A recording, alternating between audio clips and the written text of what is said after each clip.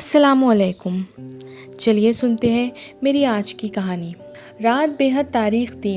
اس سیاہ رات میں نہ جانے کس کس کی قسمت میں خوشی کی روشنی یا دکھ کی سیاہی لکھی جانی تھی، مگر اسے یقین تھا کہ اس کی قسمت میں تو محبتوں اور مسرتوں کے دیے جگمگانے والے تھے۔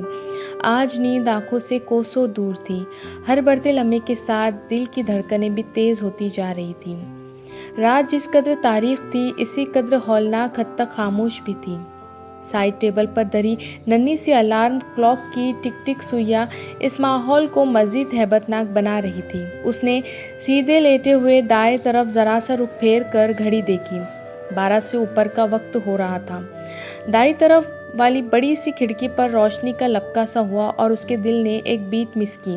ویسا ہی لپکا ذرا سے لمحے کے بعد دوبارہ ہوا۔ شاید کوئی ٹارچ جلا بجھا رہا تھا۔ وہ مسکرا دی تھی۔ سبھی خواب مسکرا دیے تھے۔ وہ تیزی سے اٹھ کھڑی ہوئی۔ اس نے پیروں میں پہلے سے سپورٹ شوز پہن رکھے تھے۔ لپک کر سرانے والی سفید چادر لے کر اس نے اچھی طرح خود کو ڈھانپ لیا۔ تیزی سے سائڈ ٹیبل کھول کر وہ تمام نازک سی گولڈ جویلری نکال لی جو اس کے بابا اور بھائی نے ہر سالگرہ پر محبت سے اس کو پہنائی تھی اور پہنا کر بھول گئے۔ نہ جانے کیوں ہاتھ ذرا سے کانپے۔ محبتوں کی تو شروع دن سے ملیکہ رہی ہوں میں۔ بچپن سے لے کر آج تک میں نے صرف محبت ہی تو دیکھی ہے، اور اب محبتیں ہی میرا مستقبل ہوگی۔ محبتوں نے یوں میرے جیون کو نکھارا اور سنوارا ہے کہ میں محبت کے لیے کچھ بھی کر گزرنے سے نہیں رکوں گی۔ وہ مسلسل سوچ رہی تھی، مسکرا رہی تھی۔ ہاتھ مسلسل حرکت میں تھے۔ وہ چھوٹا موٹا سامان سمیٹ رہی تھی، صرف وہ سامان جو محبتوں نے اسے دان کیا تھا، مگر اس مختصر وقت میں وہ کیا کچھ سمیٹتی۔ یہ تو چند لمحے تھے اور محبتیں تو زمانوں پر محیط تھیں۔ ایک چھوٹا سا بیگ بھرتے ہوئے بھی اسے جیسے زمانے لگے تھے۔ وہ جیسے منووزنی بوجھ اٹھا رہی تھی، تبھی ہانپنے لگی تھی۔ اس کے ہاتھ اور کندھے شل ہونے لگے تھے۔ مطمئن سے انداز میں کمرے سے نکل کر آہستہ آہستہ چلتے ہوئے وہ لاؤنج کے پچھلے دروازے سے باہر آئی تھی۔ گھر کے باقی سبھی نفوذ گہری نیند میں تھے۔ اس نے کل کا سارا دن ان کے ساتھ گزارا تھا۔ وہ یہاں سے بے حد اچھی یادیں لے کر جا رہی تھی۔ پچھلی طرف کا دروازہ لکڑی کا تھا اور برسوں سے اسے تالا لگا تھا، جو کل رات ہی اس نے کھول دیا تھا، سب سے نظر بچا کر، بھلا کس نے چیک کرنا تھا۔ لاؤنج سے دروازے تک کا سفر جیسے میلوں پر محیط تھا۔ اس کے پاؤں وزنی ہو رہے تھے۔ وہ چل نہیں پا رہی تھی۔ باہر گلی میں پھر روشنی چمکی تھی۔ اس بار کسی نے تیزی سے ٹارچ جلائی بجھائی۔ وہ شاید بیزار آ گیا تھا انتظار سے، مگر صبیحہ، اسے لگا اس کے خالی پیروں سے گھنگرو بن گئے تھے جو مسلسل چیخ رہے تھے۔ سونے ہاتھوں میں اندیکھی چوڑیاں شور مچانے لگی تھی۔ اس نے صحن میں خود کو دوڑتے دیکھا تھا۔ یہ اس کا بچپن تھا۔ ماں اس کے پیچھے کھانے کی پلیٹ لیے دوڑ رہی تھی۔ وہ نظر بچا کے آگے بڑھ گئی۔ برگد کے بڑے سے درخت کے نیچے بچھے تخت پر بابا بیٹھے دعا مانگ رہے تھے۔ وہ جانتی تھی کہ ان کی دعاؤں کا محور اس کی ذات ہے، مگر پھر بھی وہ مطمئن نہ ہو سکی۔ دل میں کسک کی لہر جاگ اٹھی۔ قدم مزید بھاری ہوئے۔ وہ دروازے کے قریب پہنچ چکی تھی۔ سبو، کہاں جا رہی ہوں؟ میری نظروں کے سامنے رہا کرو یار، بھائی نے اسے پکارا تو اسے دور سے اپنی شرارت بھری کھلکھلاہٹ سنائی دی۔ میں آپ کو بہت مس کروں گی، مگر میں اپنی پوری زندگی آپ سب کی محبتوں کی نظر نہیں کر سکتی۔ اس نے پلٹ کر ایک نظر ان نفوس کی خیالی خاکوں پر ڈالی تھی، معذرت کی تھی۔ ہوا چل پڑی تھی۔ برگد نواں کنا ہوا تھا۔ رات چلائی تھی۔ ہوا نے واویلا کیا تھا۔ گزری یادوں نے چیخ چیخ کر کسی کے پاؤں پکڑے تھے، کسی کے سامنے ہاتھ جوڑے تھے۔ لکڑی کے بڑے سے دروازے کی کنڈی گری تھی۔ طوفان گزر گیا تھا اور پیچھے موت کسی خاموشی اور سیاہی چھوڑ گیا تھا۔ دروازہ آہستہ سے بند کر کے وہ چوکھٹ پار کر گئی۔ اماں، الوداعی پارٹی ہے، ہر ادارے میں ہوتی ہے جب لوگ رخصت ہوتے ہیں۔ یہ تو پر یونیورسٹی ہے۔ پھر یہ سب کبھی ملے نہ ملے۔ پھر یہ سارے بچے اپنی اپنی عملی زندگی میں مگن ہو جائیں گے۔ پھر کہاں یہ شرارتیں، کہاں یہ موج مستی۔ عبداللہ نے ناشتہ کرتے ہوئے ماں کو سمجھایا۔ صبیحہ اس سے 7 سال چھوٹی تھی، تبھی اسے بے حد عزیز تھی۔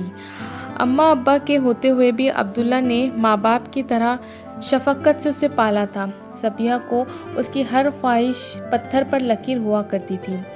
ان کا خاندان ان عورتوں کے معاملات میں بے حد سخت تھا، مگر صبیحہ کے لیے اس کے بھائی کی وجہ سے ہی اس قدر آزادی تھی کہ وہ نہ صرف یونیورسٹی تک تعلیم حاصل کر پائی بلکہ آزادی سے ہر تقریب میں بھی چلی جاتی۔ آج ان کے ڈپارٹمنٹ میں الوداعی پارٹی منعقد کی جا رہی تھی۔ ان کا رزلٹ آ چکا تھا، اب بس ڈگری ملنا باقی تھی۔ دوسرے تمام طالب علموں کی طرح وہ بھی اس دن کو خوب انجوائے کرنا چاہتی تھی اور بابا اور اماں مان نہیں رہے تھے۔ ہمیشہ کی طرح یہ فریضہ عبداللہ انجام دے رہا تھا۔ تمہاری انہی باتوں کی وجہ سے ہم ہمیشہ ڈھیلے پڑ جاتے ہیں عبداللہ، مگر ہم واقعی چاہتے ہیں کہ عزت سے یہ اپنے گھر کی ہو جائے۔ بابا کی بات پر جوس لیتی صبیحہ کو اچھو لگ گیا۔ اس نے کب انکار کیا ہے بابا؟ مگر اس کا مطلب یہ تو نہیں کہ ہم شادی سے پہلے اسے گھر کی ذمہ داریوں میں الجھا کے رکھ دیں۔ صبیحہ بہت سمجھدار ہے، اسے اپنے خاندان کی عزت اور روایات کا بخوبی اندازہ ہے بابا جانی۔ ہمیں اپنی بیٹی پر مان اور اعتبار ہونا چاہیے۔ یقین کریں یہی چیز ہے جو ہماری بچیوں کو بہکانے میں زہر قاتل کا کام کرتی ہے۔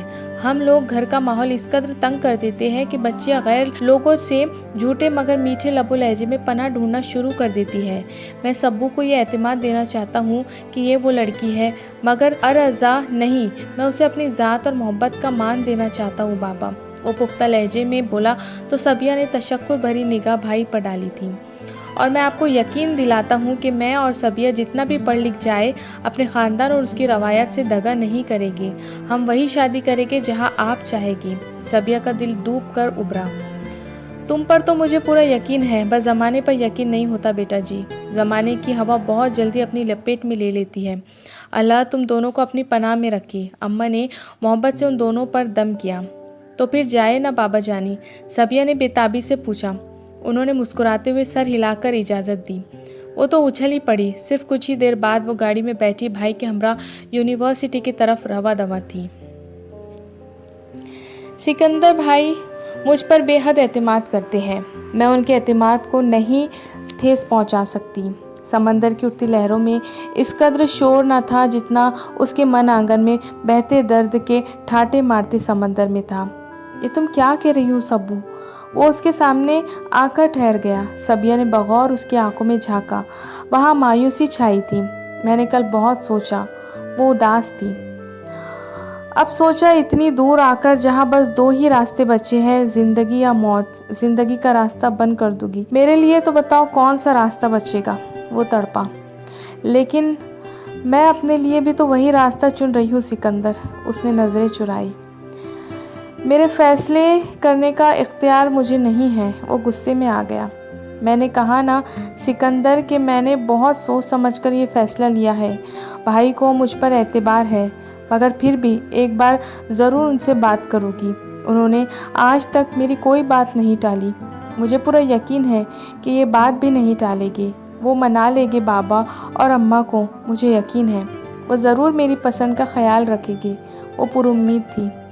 وہم ہے تمہارا، تم صرف اور صرف اپنی اور میری زندگی جہنم بنا دو گی اور بس۔ وہ لب کاٹنے لگا، اور یہ بات سچ بھی تھی۔ زندگی کی سب خواہشات ایک طرف، وہ صرف اس کی ذات، اس کے بھائی، اس کے گھر تک محدود ہوئی تھی، مگر اب جو خواہش کرنے وہ جا رہی تھی اس سے اس کے پورے خاندان کی روایت اور عزت جڑی تھی، اور اس بار اسے بھی کوئی خاص امید نہ تھی کہ وہ اپنی خواہش منوا پاتی۔ عبداللہ بھائی نے اسے اعتماد دیا تھا، اسے یقین تھا کہ عبداللہ اس معاملے میں بھی سوچیں گے، مگر اب اس کی بابا اماں سے اسے کسی قسم کی نرمی کی کوئی امید نہیں تھی۔ صبح ہی دراز قامت چوڑے شانوں والا وہ مرد اس کے قریب ہوا۔ اس نے دھیرے سے صبیحہ کا ہاتھ تھاما اور اس کی آنکھوں میں دیکھتے ہوئے دھیمے لہجے میں پکارا، صبیحہ۔ صبیحہ کی گھنی پلکیں اٹھی اور مقابل کی آنکھوں میں جھانکنے لگی۔ سکندر اس کی طرف دیکھ رہا تھا۔ دیکھو، میں تمہارے بغیر نہیں رہ سکتا۔ تم نے اگر پہلے ہی قدم پر مجھے روک دیا ہوتا تو مشکل نہ تھا، میں خود کو سنبھال لیتا، مگر اب۔ وہ دکھی تھا۔ صبیحہ دور سمندروں کی لہروں کو دیکھنے لگی۔ پلیز اب مجھ سے میری حیات نہ چھینو۔ پھر میں تم سے یہ نہیں کہتا کہ تم بھاگ کر مجھ سے شادی کر لو۔ تمہیں گھر سے ایک پائی بھی لینے کی ضرورت نہیں، بس صرف ہمارا نکاح ہو جائے، گھر والے خوشی خوشی ہماری شادی کے لیے تیار ہو جائیں گے۔ میں وعدہ کرتا ہوں نکاح کے بعد میں خود بحفاظت تمہیں گھر چھوڑاؤں گا۔ وہ اسے محبتوں کی یقین دلانے لگا تھا، مگر پتہ نہیں کیوں دل مان کے ہی نہیں مان رہا تھا۔ کئی محبتوں کے یقین شور مچا رہے تھے، لیکن وہ تذبذب کا شکار تھی۔ میری بات مان لو صبوحی، تم کسی سے بھی ہمارے تعلق کے بارے میں بات کرنے سے پہلے ضرور سوچ لینا، کیونکہ اس کے بعد پھر ہمارے لیے کانٹے ہی کانٹے ہوگے۔ یوں ملنا بھی ہمیں شاید نصیب نہ ہو۔ وہ بے چین تھا اور یہ بے چینی اس کے انگ انگ سے پھوٹ رہی تھی۔ میں آج سوچ کر کل تمہیں جواب دوں گی۔ وہ ہارنے لگی تھی۔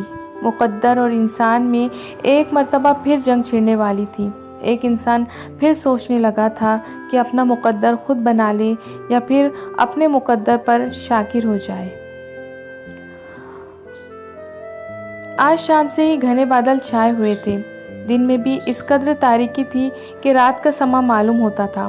عجیب سی ہولناکی چھائی ہوئی تھی۔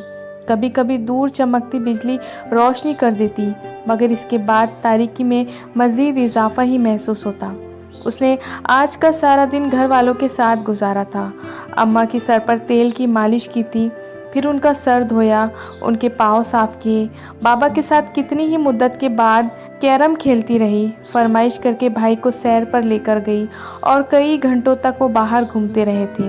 اسے یہ وقت یادگار بنانا تھا، سنہری یادوں کی طرح، کیونکہ وہ فیصلہ کر چکی تھی۔ مقدر بے شک رب بناتا ہے، مگر انسان کو عقل و شعور جیسی نعمت دے کر اس نے بلا شبہ انسان کو بھی کسی حد تک اپنا مقدر خود بنانے کا اختیار دے رکھا ہے، اور کئی بار یہ موقع اسے ملتا ہے زندگی میں، مگر انسان ہمیشہ اپنی نادانی سے اسے کھو دیتا ہے، نہ اعتبار کرتا ہے، نہ اعتبار کے قابل رہتا ہے۔ یہی موڑ آج صبیحہ کی زندگی میں آیا تھا۔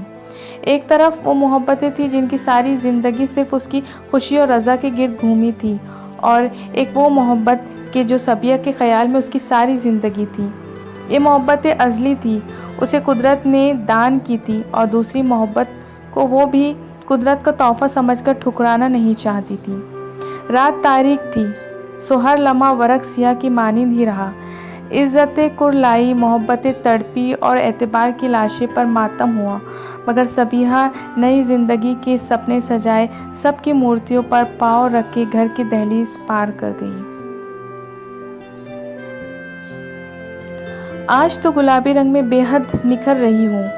شہر سے دور غیر گنجان آباد علاقے میں واقع بوسیدہ اپارٹمنٹ کے کمرے میں لگے 100 واٹ کے پیلے بلب کی عجیب سی روشنی میں بھی اس کا پاکیزہ اور باپردہ سا روپ لو دے رہا تھا۔ وہ عزت دار گھرانے کی بیٹی تھی، شروع سے ہی پردے میں رہی تھی، اور حجاب تو ہمیشہ ہی لڑکیوں کو دلکشی بخشتا ہے، ان میں ایسی کشش پیدا کر دیتا ہے کہ موتی تک شرما جاتے ہیں۔ صبیحہ نے ڈرتے ڈرتے نگاہ اونچی کی۔ سکندر کی نظریں مسلسل اس کا جائزہ لے رہی تھی، لیکن نہ جانے کیوں آج اسے اس کے دیکھنے کا انداز مختلف لگ رہا تھا۔ اس کا دل دھڑکنے لگا۔ وہ اٹھ کر ذرا فاصلے پر بیٹھ گئی۔ تم اب جاؤ، میں ذرا آرام کروں گی۔ صبح کس وقت آئے گی تمہارے دوست؟ اس نے بمشکل بات بنائی۔ ہائے، اتنی بھی کیا جلدی ہے؟ اور تم اس سے اتنا دور کیوں ہوئی جا رہی ہو؟ وہ روٹھتے ہوئے بولا، اور دوبارہ سے اس کے ساتھ ہو کر بیٹھ گیا۔ صبیحہ کے ہاتھ پاؤں بھیگنے لگے۔ پلیز سکندر، ابھی تم جاؤ۔ وہ پزل ہونے لگی۔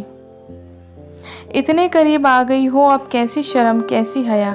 بنو مت پلیز، پھر کل کو تو ہمیں ایک ہی ہو جانا ہے۔ اس نے جھٹکا دیا تھا۔ حیران سی صبیحہ اس کے لیے ہرگز تیار نہ تھی، تبھی اس کی آہنی پناہوں میں گرتی چلی گئی تھی۔ عورت اور مرد کے درمیان تیسرا شیطان ہی ہوتا ہے۔ شیطان نے ایک کو آلۂ کار بنایا تھا، اور آلۂ کار مضبوط تھا، جبکہ شکار کمزور۔ چڑیا پھڑپڑاتی، مگر عقاب کے پنجے اس کے نازک سے پیروں سے کئی زیادہ مضبوط تھے۔ جب انسان پر ہوس سوار ہو جائے تو اسے نشے کی ضرورت نہیں پڑتی، وہ ہوش و حواس میں بھی اپنی ساری حدود بھلا دیتا ہے۔ سکندر پر ہوس طاری تھی، اور شکار خود چل کر اس کے پاس آیا تھا۔ اس نے چڑیا کی بوٹی بوٹی نوچ ڈالی تھی۔ وہ چیختی رہی، ہاتھ جوڑتی رہی، مگر شکاری کو ترس نہ آیا۔ اسے نوچتے، کھسوٹتے، لوٹتے، پامال کرتے وہ پاتال کی گہرائیوں سے بھی نیچے جا گرا تھا۔ بھوک مٹی تو ہوس بھی ختم ہو گئی۔ چڑیا کے بے جان ہوتے وجود کو اس نے زمین پر پھینک دیا اور خود وہیں بیڈ پر الٹے منہ گر کر اونگنے لگا تھا۔ حوا کی بیٹی لوٹی تھی، مگر ابن آدم کو یہ موقع خود اسی نے دیا تھا۔ وہ خود اس کا اعلیٰ کار بنا تھا، اس کے ساتھ زبردستی ہوئی تھی، مگر وہ اپنے پیاروں کو چھوڑ کر اس درندے کے پاس خود چل کر آئی تھی۔ وہ گنہگار تھی، تبھی اسے سزا دی گئی تھی۔ نکارے بجے تھے، اور یہ نکارے نہ ہی کسی اعلان جنگ کے تھے، نہ کسی خوشی کے، بلکہ اسیر ہوس کے ہاتھوں کسی حوا کی بیٹی کی پامالی کے، جس کا چارہ وہ خود بنی تھی۔ اسے لگا اس کی روح فنا ہو چکی تھی، وہ سانس لے رہی تھی، مگر زندگی کے منظر پر پاتال کی تاریکی غالب آ چکی تھی۔ اس کی آنکھوں میں خوف مٹ چکا تھا، درد ہی درد رقم تھا، اس کے ہاتھ پاؤں شل تھے، جیسے کسی نے اسے برف میں دفن کر دیا۔ لیٹے لیٹے ہی اس کی نگاہ بیڈ کے نیچے پڑی تھی۔ زندگی اور محبتوں سے کھیل نے اسے کھلونا بنایا تھا، اب اس کے لیے کوئی راستہ نہ بچا تھا۔ سکندر عفریت تھا، اور وہ خود گندگی کا ڈھیر، جس پر شاید وہ خود بھی تھوکنا پسند نہ کرتی۔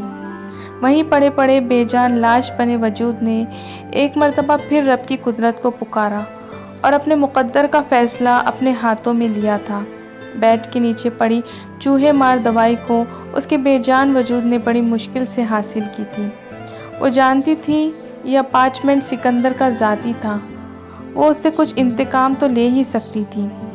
اس نے خود میں ہمت پیدا کی اور اپنا سارا گناہ ایک پیغام کی صورت میں موبائل پر بھائی کو بھیجنے کے بعد چپ چاپ وہ دوائی پی لی تھی، اور ساتھ میں سکندر کا گناہ لکھنا بھی نہ بھولی تھی۔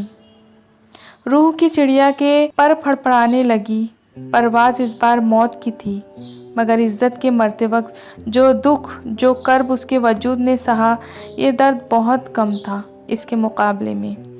ایک آوارہ آنسو پلکوں کا بند ہوتی پلکوں کا بند توڑ کر باہر نکلا تھا۔ اس نے محبتوں کے بند توڑ دیے تھے، اعتبار اور حیا کی زنجیریں جو اس کی پہرے داریاں تھیں خود ہٹائی تھی، تو ہوس اور نفسیاتی خواہشات کے تیز رفتار سمندر اس کا سب کچھ بہا کر لے گیا تھا۔ پہلے رشتے، پھر محبتیں، پھر عزت، اور آخر میں زندگی۔ محبتوں کے بند ٹوٹتے ہی تباہی ہوئی تھی، کچھ بھی باقی نہیں بچا تھا، کچھ بھی۔